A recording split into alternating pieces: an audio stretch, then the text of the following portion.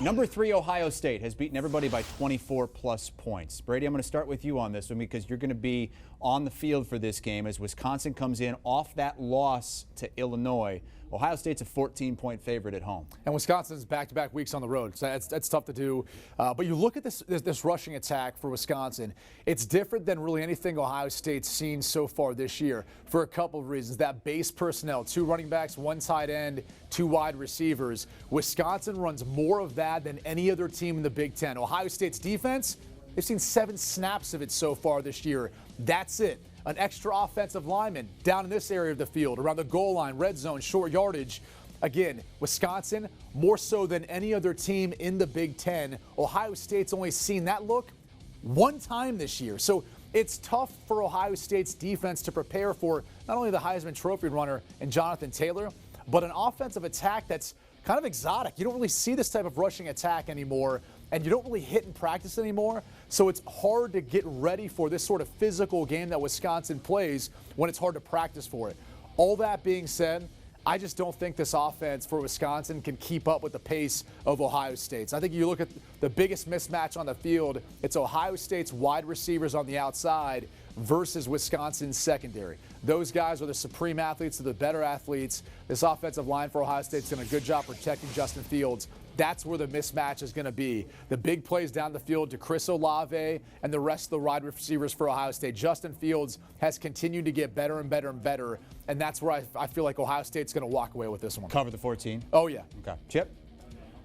Yeah, I'm going to Ohio State to cover this number 2. And I think that one thing that I'm looking at for Wisconsin is I'm just saying, like, are you going to be able to prove to me that that performance against Illinois was an anomaly? Because we've got one data set, the first 6 games, it has 4 shutouts, and it has Wisconsin's defense looking like one of the best units in the country. And then you allow Illinois, already a little bit banged up on the offensive side, to be able to move the ball in a pretty impressive fashion. And so, are you going to be able to shore up against an Ohio State team that has brought some balance back to its offense with J.K. Dobbins and Justin Fields as a rushing threat? Master Teague coming in to even provide some extra burst of energy at the running back position. I'm concerned for Wisconsin's defense because they need to be able to snap things back into place quickly, and in a second straight road game, that is going to be just a little bit tough. And then I'm going to go back to the second quarter because one thing that Wisconsin's not ready to do here is Wisconsin's not ready to mount a big comeback. It is just not built that way. It is not in a position where if it goes down 10, 14, 17 points,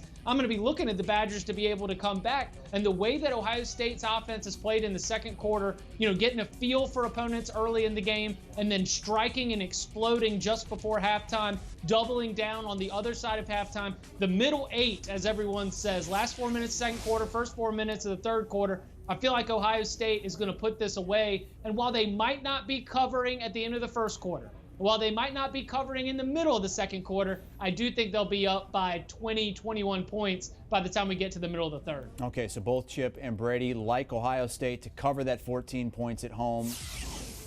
It's a Big Ten showdown. The Wisconsin Badgers reeling after that rather unexpected loss to Illinois last week. They'll face off against Ohio State on Saturday. The undefeated Buckeyes have outscored opponents 348 to 56 through 7 games. But Wisconsin, they have something to prove in the Big Ten. Now, Ohio State leads the series all-time 59-18-5. This will be the 5th straight meeting where both teams are ranked. And so it's number 13 facing off against number 3. It all goes down Saturday noon at the Shoe. Let's welcome in our Dennis Dodd. 3 big games to discuss. We're going to start off with the showdown between Wisconsin and Ohio State. That's a game that you will be at. Very excited for you. This one might have lost a little luster here and there, but if anyone is having any concerns about the Buckeyes, this game has been circled from the start. How important is it for Ohio State to continue to show out? Oh, it's huge. I mean, it lost a little luster with Wisconsin losing. But the Wisconsin defense travels, and they're going to come to the Shoe trying to hold down. You just mentioned it, the point differential, and this awesome offense that Ohio State has. The question for me, Jenny, is Ohio State better since Urban Meyer left? And I think you can make a case for it. They're beating everybody by 20, 30 points. The point differential is unbelievable. I talked to a person yesterday close to the team who estimates there are 40 or 50 players on the roster who are going to get into NFL camps. Now, that's Miami 2001, 2002 stuff. And while Urban Meyer had a lot to do with it, I think a lot of credit goes to new coach Ryan Day, who's a rookie head coach, and a guy who'd never thrown a pass as a starter, Justin Fields. They're one of the top 4 teams in the country, and Wisconsin's going to have to play a lot better offensively to get past these guys. You just mentioned Justin Fields there, another Heisman hopeful. But this one could be a big week for Jonathan Taylor. They want to prove, obviously, Wisconsin that last week was a fluke. This might be Jonathan Taylor's best chance to get his name really thrown into that Heisman race. What would a big game do for him to really get him into that national discussion? Well, Wisconsin has to win. Let's be honest. Look, he's in the Heisman race. He's leading the Big Ten in rushing. He's second or third in the country in rushing. But the lasting memory of Jonathan Taylor for anybody going into this game is his fumble with less than 7 minutes to play inside the 20, which gave Illinois a chance. He had 132 yards. He was the bellwether back again with 28 carries. But he's got to do better than that. He's got to take care of the ball. And as a senior, a guy who's going to go for 1,000 yards, maybe 2,000, and set the all-time single-season rushing record, this is his moment. This is the time he has to show out. He has to be the reason Wisconsin wins. Him and that Wisconsin defense, he has to make up for that fumble last week. It was supposed to be a massive matchup in the Big Ten. Still is a massive matchup between Wisconsin and Ohio State. A big matchup, I guess we should say. But a big letdown after Wisconsin loses to Illinois last weekend. When you look at this, Ohio State, Barton, has just been rolling through opponents. There are a couple of touchdown favorites in this one. Is there any reason at all to think that Wisconsin can make this thing a game, or is Ohio State just clearly too good? I think Ohio State's too good. And frankly, from a betting perspective, I'm a little bit disappointed that Wisconsin went ahead and lost that game last week, because then I think you would have gotten a lot of value on Ohio State. A lot of people tempted to take the underdog here. And right now, I think Ohio State remains the favorite, remains the team to play here. Given 2 touchdowns, it doesn't matter to me, because, again, it comes down to defense, and it comes down to Ohio State being able to force Jack Cohn to be the one to beat you. Jack Cohn's not going to beat Ohio State. Jack Cohn's not going to keep it within 14 points of Ohio State. And Jack Cohn has been everything that Wisconsin wants him to be this year. He's frankly been a real quality starter.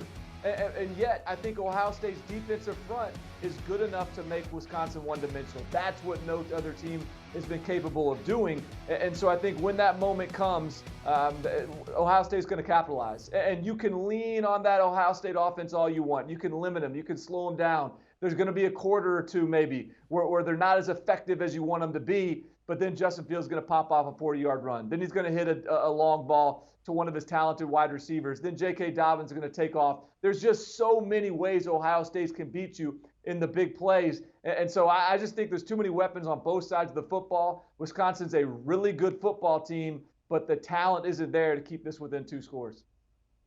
Yeah, I'll tell you when the hot quarter is going to be. It's going to be that second quarter. This game might be 0-0 at the end of the first quarter. It might look like Wisconsin has Ohio State's number. And you're going to be sitting there with that future winner, Ohio State minus 14 in your hands, and you're going to be doubting. You're like, man, Barton and Chip both told me to take the Buckeyes. What's happening here? Then the second quarter is going to hit when Justin Fields, Ryan Day, and the Ohio State offense have been absolutely ridiculous. They figure out what you've got. They figure out what you're going to do to try and stop them, and then it's just touchdown after touchdown after touchdown. And then let's play the game out for 4 quarters, because if Ohio State gets a lead on Wisconsin, do you believe that Jack Cohn and this Wisconsin offense is really built to be able to come back from a big deficit? Because I think Jack Cohn and this Wisconsin offense, if they're forced to press, if they're in need of getting quick scores, I don't know if they're going to be the kind of team to do it. So not only do I think Ohio State is going to be able to jump out ahead before halftime, but I think in the second half we could see them continue to pad that lead and end up winning this thing by as many as 20 points.